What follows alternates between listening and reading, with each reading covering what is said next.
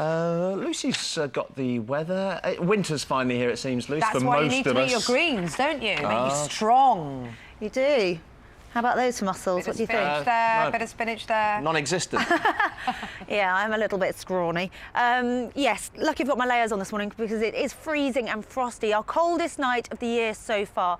Temperatures plunged as low as -10 last night, can you believe?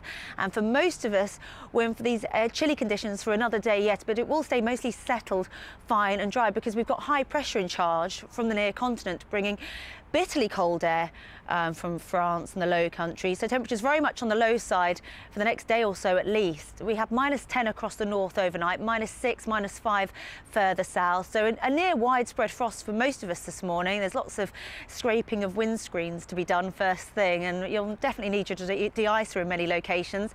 Added to the frost, that harsh frost, we've also got some patches of freezing fog, particularly through the Pennines, the Vale of York, through to the Midlands and across the Welsh Marches, and these could be slow to shift first thing, giving some poor visibility. Away from that mist, low cloud and fog, a brighter, clearer start to the day, clear and crisp, really lovely, a little like recent days. But across the far northwest of Scotland here, maybe just a little more cloud cover generally.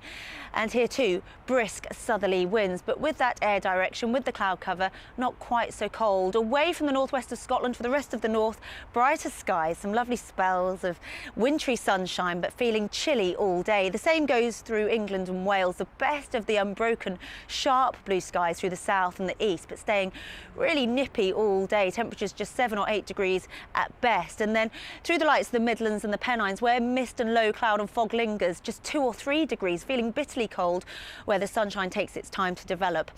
Through this evening and overnight, a return to the frost and the fog through many central and eastern zones under starry skies. Temperatures will fall again. For the north and the west, more cloud cover, keeping the frost at bay.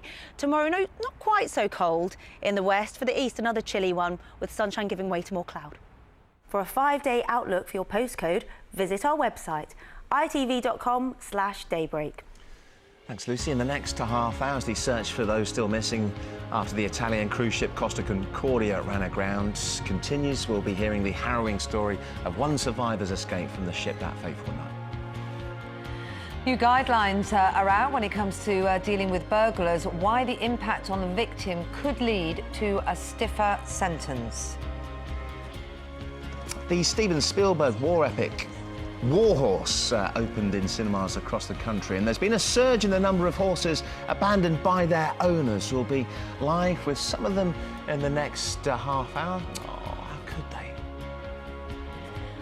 And after 8 o'clock, we're talking to Laura McGoldrick. She's the teenager who saw her mother, her aunt and her cousin shot dead in front of her, and she's joining us here in the studio for her first live interview since that tragedy unfolded.